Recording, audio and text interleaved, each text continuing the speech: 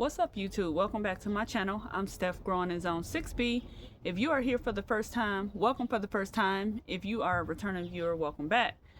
Okay, y'all. So the end of last season, kind of on the short break that we had, I talked about being more intentional with my gardening. And what that included is making sure that I can optimize my yields by testing my soil. So I've been gardening in my own backyard space for about 4 years, and during that time, I've just kind of been learning as I go along, adding some fertilizer, directly to the areas where I'm planting. Sometimes I broadcast the fertilizer, but I really wanted to know what my soil was doing. And so this year I did actually purchase a soil test, and from Walmart, I purchased a soil test, and I looked at what was actually in my soil, what did I need to add, and what can I make it better. So as I go ahead and plan out my first round of spring vegetables, I will talk about the findings in my soil test. Now, this video will switch from me talking live to a voiceover, because what I find is that format is a little bit better for me. When I'm out in the garden, guys, I got to get stuff done. So I like to take the raw footage of me going ahead and doing whatever it is I'm doing in my garden, and then explaining as I go along and editing later. So that's what I'll be doing probably from now on, unless I just really want to go live footage, and then I will talk you guys through the process. So this is the first bed that I tested. It is my middle bed. It has a lot of wood chips in it, so usually when I get ready to plant out for the spring, I just rake all the wood chips to the side. I'm still debating on whether I am going to use wood chips or not next season to mulch. I don't know if it's the most effective method. Looks like also right there a cat has helped him or herself to my soil using the bathroom, which I don't appreciate that, but hey, we are outside and that does happen. I still got a few onions growing in here from last year, so I am going to leave those. And believe it or not, I have some beneficial weeds in here that I am going to leave as well. So this is what I typically will do, is clean the mulch off, which is what I'm doing. I do not want this cat species to hit my rake, so I am going to get something to get that out of there first and foremost, and then I'm going to talk to you guys about what is happening next. Ugh. That's gross. Okay, so first and foremost, it appears on the surface that this bed is good to go. Well, it does have some weeds in here, which I'm pulling out. That's actually not a weed. That's actually look like a carrot. But anyway, oh yeah, got some carrots in here from, I guess, last season. Very fibrous, so I'll go ahead and take those and probably in the house and eat those, I guess. Now I do leave my dandelions in here because I do harvest the roots of my dandelions so that I can save them for medicinal purposes.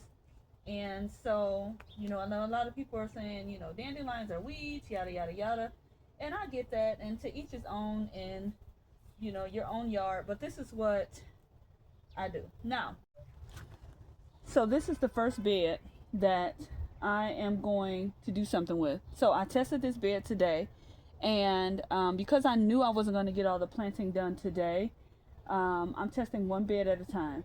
Now, what is the issue with this bed? So after testing this bed, I found out that this bed has virtually no nutrients, no phosphorus, very low phosphorus, very low nitrogen, and very low potassium, and the bed also is very, very acidic. And so the reason that the acidity is an issue, from what I read, because I'm learning, is because it could lock out the nutrients from the phosphorus, potassium, and nitrogen. So what am I going to do to fix that? Now, I've been gardening in this bed for 4 years. I've never tested the soil. The soil is quite flaky, but I do live in Ohio, and from my understanding, if you live in Ohio or you live in a place where the soil is very clay, that it can be very acidic like that. And so, I like to be as much of a organic gardener as possible. And so what am I going to do to fix it? So I got this organic granular fertilizer. First of all, if it ain't got no nitrogen, no phosphorus, no potassium, it needs some fertilizer. And I just bought this fertilizer this year. And so I've used this brand before. This is the Down to Earth brand. It is a 444. I should go ahead and show you the box. Now, I'm not affiliated with them at all, but I'll show you anyway. Vegetable Garden, Down to Earth. It doesn't have to be Vegetable Garden. I've used their other brands before, and it's worked fine. So first of all, I'm going to go ahead and give this bed some nutrients. Just like this, y'all. Go ahead and get this bed some nutrients, because clearly if it ain't got none, we got to add some. So that's the first thing that I'm going to do. That should take care of some of the nutrient deficiency. The second thing that I'm going to do is I am going to add some homemade compost. So right here is my homemade compost. It is mostly broken down. You can see it's got some sticks and stuff in there a little bit, but because I am top layering this, I don't think that it's going to matter that much. So this is a lot light, and I'm adding purposely 2 to 3 inches of compost. That's what I want in this bed. I'm going to slap the side of this bucket so I can get all of it. Adding some compost, just like that. And, I think I'm going to go ahead and add actually 2 buckets full. So y'all stay tuned. So here I am, adding some more compost. I'm going to just work it in. Again, slapping the side of my bucket to make sure I get all I can get. I just haven't really been as diligent as I could be with amending my beds. And so this year, because I'm really, really trying to maximize those yields, I'm just working my beds, working my soil. And I will say, guys, my compost isn't perfect. It's got plant tags in it, and it's not even fully broken down. But again, I don't know if I said this or not, but if I didn't, I'm not so concerned about it not being as broken down. I'm adding this compost to the top layer. It doesn't need to be fully broken down. Like some of this, it isn't. See, it's not fully broken down. It's almost broken down, but there's some pretty sizable sticks in here and whatnot. But not really concerned about that. Only really just concerned about adding to this top layer so that I can plant into this top layer, and then so that my soil can be built up and be healthier than it was.